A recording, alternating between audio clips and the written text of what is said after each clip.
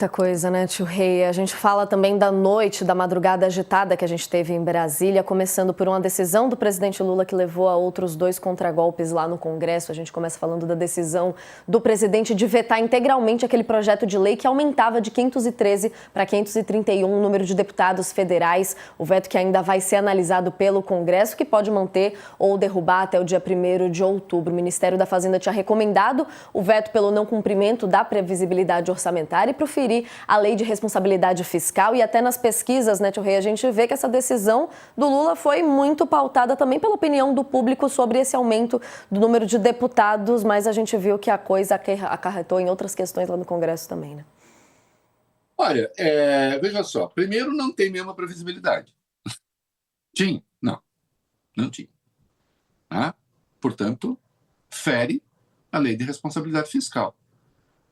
Isso votado pelo Congresso, que cobra do governo. Aliás, houve uma questão que se transformou numa questão judicial, né? Falar, o governo não corta gasto, só fica pensando em receita e não sei o que e tal, e aí vai o Congresso e faz isso. Simbolicamente o fez, é preciso lembrar, porque isso os escafandristas no futuro vão contar, né? Como na música do Chico, linda. Lembra-se que o Senado aprovou o que a Câmara já havia aprovado, a elevação do número de deputados, naquele mesmo infame 25 de junho, em que se votou o PDL, que derrubou o IOF. Estavam tão certos da sua onipotência, de eu posso fazer o que eu quiser, eu posso fazer qualquer coisa, que derrubaram a elevação do IOF por intermédio de um instrumento inconstitucional, que era o PDL, como aqui sempre se diz, né? E vão e aumentam o número de deputados, o que também é ilegal. O que também é ilegal. Porque sem previsão orçamentária para isso. Né? Aí ficou aquele negócio. Lula veta, não veta, podia vetar, podia sancionar, o que me parece que era impensável, porque o Lula era contrário, e é contrário ao aumento, né? Ou simplesmente não fazer nada e deixar que o Congresso promulgasse por conta própria. Inicialmente, até era a minha posição, melhor não comprar, mas no mesmo dia eu mudei de ideia. Sabe? Porque, de novo, o Brasil está precisando de clareza e nós não podemos perder a dimensão, nós que eu digo como país, da luta política, dentro da institucionalidade. Sempre que possível, buscar o consenso. Sempre que possível, buscar o consenso. Desde que isso não viole leis, Constituição, princípios, sejam posicionamentos divergentes dentro da institucionalidade. Agora, não sendo possível, que cada um exerça a sua prerrogativa. E fale com a população. Sempre respeitando Constituição, instituições e tudo. Eu não sou esse negócio, eu sei que é legal, mas eu vou pra galera. Não, esse é o Bolsonaro. Não. Sempre dentro da lei. O presidente é contra, e era contra, cabe vetar. É um projeto de lei. É uma prerrogativa sua. E é uma prerrogativa do Congresso derrubar esse seu veto. Vai. Eles consideram essencial elevar o número de deputados de 513 para 531, ainda que isso fira a lei? Elevem. Elevem e converse com a população. Né? Vetaram coisas muito mais graves do Lula.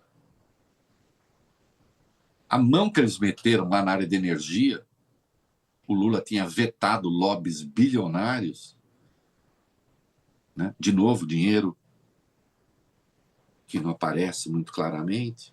O Lula vetou, derrubaram o veto dele. Falamos do Nicolas, de novo, esse estava no Japão, né? Ninguém nem sabia. votou de lá, né? Vetou de lá, derrubou o veto, votou para derrubar o veto de lá longe. Brasil, o quê? Não? Então, agora, derrubou. Derrubou e fez muito bem. Tem uma ala política do governo, até, quando eu digo até, porque isso não é uma questão ideológica, petistas mesmo, que eu conheço, eram contrários ao veto. Na linha, o Lula não tem que se meter nisso, tem que buscar paz com o Congresso. Então, não, claro que tem que buscar paz com o Congresso. Mas a paz a qualquer custo não é paz, é guerra. Tem uma frase maravilhosa do Churchill a respeito, né? Quando o Chamberlain e o Daladier negociaram com o Hitler, né? E aceitaram que a Alemanha anexasse os Sudetos, né? Sob pretexto de não haver guerra. Não tem guerra. Chamberlain voltou para a Inglaterra, teve uma manifestação em Londres. Não tem guerra, grande negociador, a mesma coisa com o Daladier na França. Aí o Churchill disse o seguinte: entre a desonra e a guerra, escolheram a desonra e terão a guerra. Né? Então, a paz a qualquer custo não é paz. Além de ser desonra, ainda vira guerra. Então, está na hora de fazer a luta política, sim, o tempo inteiro. No que for consenso, excelente. No que não for consenso, se não querem negociar de nenhuma maneira, triunfe a lei e vamos ver, vamos expor as questões para a sociedade. Agora, o que não era aceitável era que o presidente arcasse com o custo de uma sanção de algo, de sancionar algo a que ele se opõe. E também vejo que a omissão, num dado momento, eu até um pouco flertei com essa ideia, insisto, melhor não comprar. Não, mas espera aí, um governante não tem o direito de se omitir num caso como esse. E o Congresso tem o direito de dizer, não é isso que a gente quer. A gente quer isso mesmo. A gente quer isso mesmo. É a nossa escolha. A gente foi lá, derrubou o IOF, não sei o quê, porque imposto, não sei o quê, o governo que corta gastos, mas a gente pode levar. E acabou. E pronto. Façam o que acham que tem de fazer. Eu endosso a decisão que o presidente tomou, né? Porque era inaceitável mesmo. É inaceitável. Agora, se o Congresso quiser insistir, insista. Falando agora da guerra do IOF, tio Rei, o governo teve uma vitória, mas não levou tudo, como você explica pra gente na sua coluna. O ministro Alexandre de Moraes determinou a volta da maior parte daquele decreto do governo Lula que aumentou as alíquotas do IOF. Ele decidiu que não há ali um desvio de finalidade na alteração das alíquotas, porque o decreto respeitou os limites legais estabelecidos. Só que Moraes suspendeu só o trecho do decreto sobre a tributação das operações de risco sacado, isso depois de toda aquela reunião de conciliação que não tinha chegado em um acordo, mas em que ponto que a gente está agora e o que isso significa, tio Rei? Bom, vamos lá. Aconteceu, quem acompanhou os comentários que eu fiz, e não é assim porque eu fiz, mas porque era o que a lei indicava, né? Eu, Alexandre, mais uma vez, né? Cumpriu a lei, fez a coisa certa. Então vamos lá. O que ele decidiu? E atenção, essa decisão ainda vai a plenário, mas dificilmente será reformada, mudada. O Alexandre disse, o PDL do Congresso, que tornou sem efeito tudo que o governo fez sobre o IOF, este PDL não vale, ele é inconstitucional.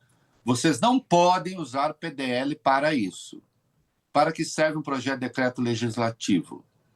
Ele serve para tornar sem efeito um ato do Executivo que usurpe uma competência do Congresso. Só nesse caso. Só nesse caso.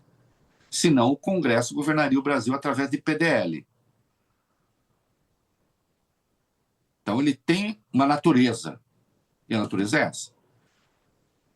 O Executivo tem a competência, nesses casos, desse tipo de imposto e outros para mudar a alíquota? Tem. Tem, exerceu, portanto, está dentro da Constituição. E esse PDL é inconstitucional. Ele não vale. E fica uma marca para o futuro: não abusem do PDL para isso. Não abusem do PDL para governar. Porque não pode. Quanto ao IOF, porque você tem duas coisas ali. Você tem uma ação declaratória de constitucionalidade que o governo moveu, falando assim, é constitucional o que a gente fez. E tinha uma ação direta de inconstitucionalidade sobre o PDL. Está lá, é inconstitucional. O IOF, o Alexandre disse, é constitucional. Então o governo ganhou. Mas tem um óbice aí, que é a questão do risco sacado. O governo já esperava perder nesse particular.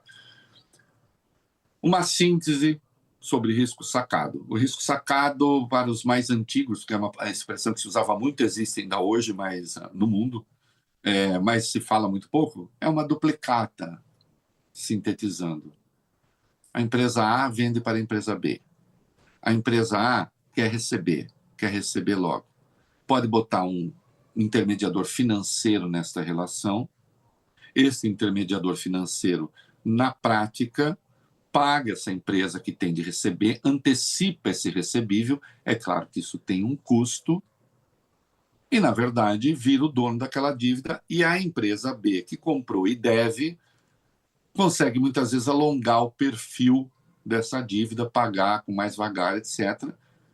Claro que o intermediador financeiro ganha dinheiro, mas, segundo Alexandre, isso não caracteriza crédito. Não caracteriza crédito, é uma relação comercial. Portanto, não de um tipo, de um modo de fazer troca. E, portanto, isso não incidiria, não pode incidir. Ele diz, não existe legislação que permita ao governo cobrar IOF sobre isso. Pode cobrar, mas aí teria que passar pelo Congresso. É essa a decisão. Então, nesse caso, deveria passar pelo Congresso. Então, nesse caso, eu derrubo. Vai dar ali, o governo, em relação ao que esperava arrecadar, deixa de arrecadar uns 450 milhões esse ano, uns 3.000 bilhões no ano que vem, mas o governo contava com isso. No geral, o governo ganhou, né? E o Alexandre apenas aplicou a lei. Aí um monte de gente no Congresso ficou magoadinha. Olha só, tá vendo? Olha aí, ele desfaz tudo, sempre o Xandão aplicando a Constituição, que o PDL era inconstitucional. E PDL inconstitucional significa que o IOF era constitucional. E foi o que o Alexandre fez. E lembrou uma coisa que sempre destacamos aqui: existe uma jurisprudência a respeito. O Bolsonaro elevou o IOF e parte do dinheiro foi para pagar o Auxílio Brasil. A jurisprudência do Supremo? Sim, pode, né? Aí houve apenas esse óbice em relação ao risco sacado, né?